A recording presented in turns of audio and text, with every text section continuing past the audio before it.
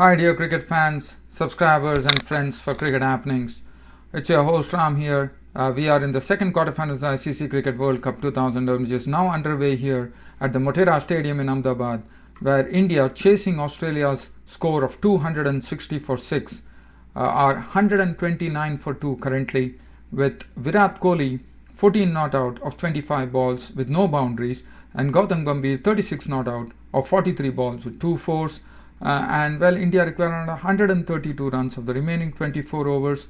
So basically the halfway stage is gone, and India still require a run rate of 5.50, which is absolutely possible. But the only thing is that right now the ball is definitely turning, not a great deal, but definitely there is some turn, some assistance in the pitch. And right now the spinners are actually operating, Jason Krejza and Michael Clarke. Jason Krejza has 5 overs for 24 and Michael Clarke 2 overs for 9 runs. So while doing some cricket commentary, I will also be covering, so 26 overs gone, 129 for 2. Just talking about the day's proceedings today here at the Motera Stadium in Ahmedabad in this second quarterfinals of the ICC Cricket World Cup 2011.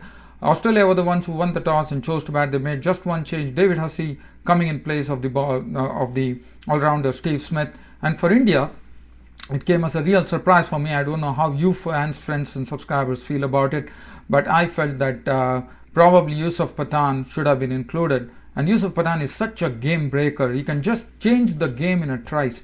And I was really surprised that Yusuf Pathan was not included in the team and Suresh Raina had taken his place. In the meanwhile, the next ball has been bowled here by David Hussey, and Kohli has actually got a single.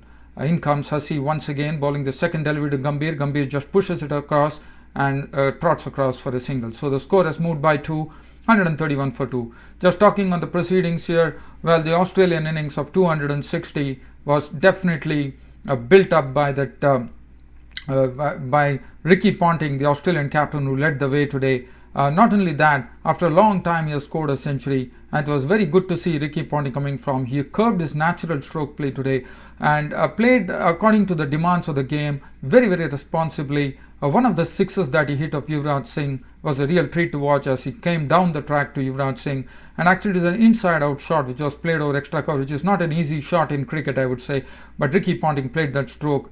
And in fact he made 104 of 118 balls with 7 fours and 1 6. So that was a very principled contribution, and it was good. I mean, he was playing the spinners with caution, and also Zahir Khan also was bowling superbly. In fact, Zahir Khan was absolutely on the money.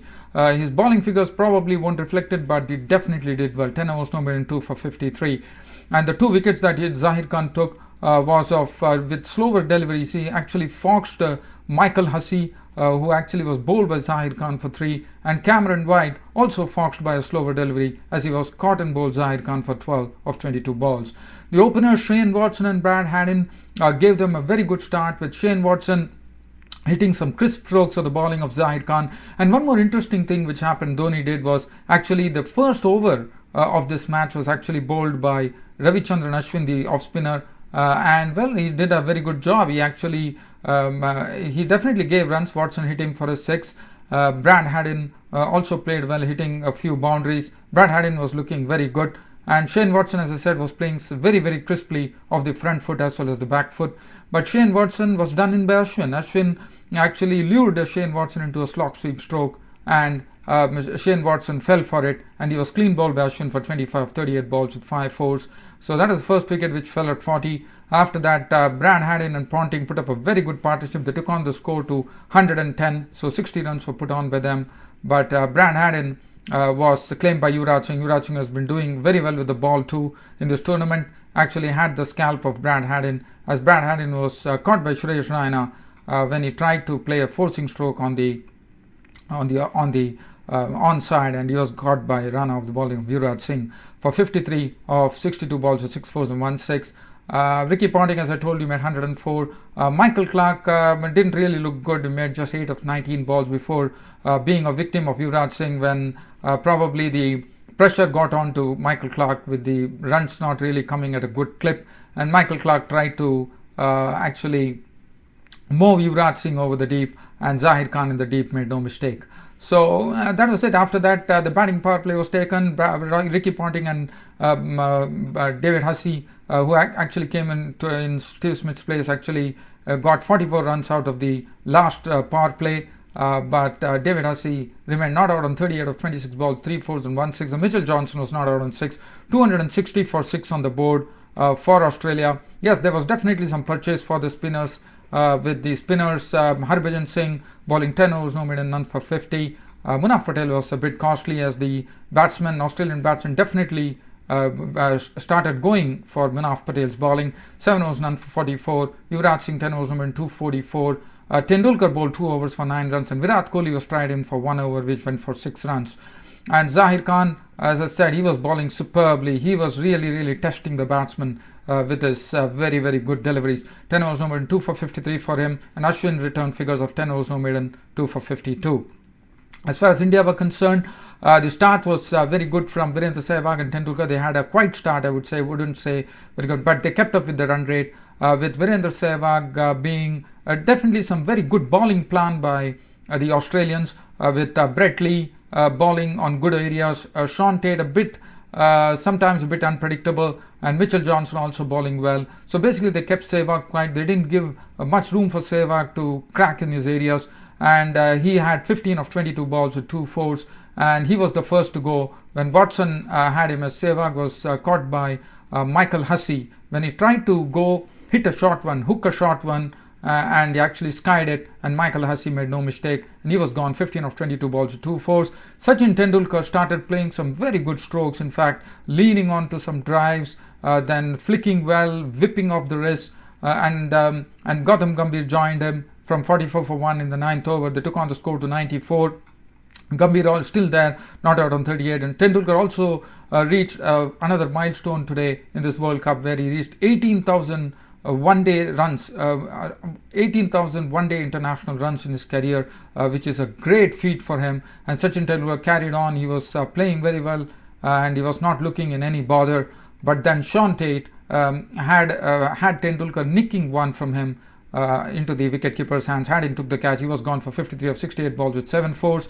Right now, as I said, Gambhir is looking very good, not out on 39 of 48 balls with 2 fours. Virat Kohli is not out on 24, also looking good, not off 32 balls with 1 4. India are 142 for 2 currently in the 29th over, with David Hussey bowling Gambhir. So Gautam Gambhir is looking good on 40, and well, I says 118 runs required of the next 21.4 overs at the rate of 5.44 right now. As far as the bowling figures were concerned, Brett Lee 5 overs no maiden, none for 20. Sean Tate was unpredictable, 5 overs no maiden, 1 for 33. Mitchell Johnson 4 overs, 1 for 20 runs. Shane Watson was looking good, who took the vital wicket of Virendra Sehwag. 5 overs no maiden, 1 for 23. Jason Krejza bowled 5 overs no maiden, none for 24. 3 overs for 19 for Michael Clarke, and David Hussey bowled 1 over for 3 runs. In the meanwhile, there's a wicket gone here. India has lost another wicket as David Hussey, the off-spinner, has claimed Virat Kohli's wicket. Virat Kohli is gone. Caught Clarke, bowled David Hussey for 24 of 33 balls with 1 4. India lose one more wicket, 143 for 3 in the 29th over. 118 runs required with 7 wickets remaining and 21.3 overs to go. India required it at a rate of 5.48. It was a full toss on the stumps from David Hussey, and it was a swing by Kohli, which actually went to mid-wicket, and it was very calmly taken by Michael Clarke. So Virat Kohli is gone, and with it I leave you here, dear cricket fan subscribers and friends. It's drinks time right now. 143 for 3 after 28.3 overs, requiring another 118 runs. This is your host Ram signing off for the day. I'll try to bring a bulletin if at all the match gets over before I leave for work. That's it, dear cricket fans, friends and subscribers for Cricket Happenings. This is your host Ram signing off. Thank you.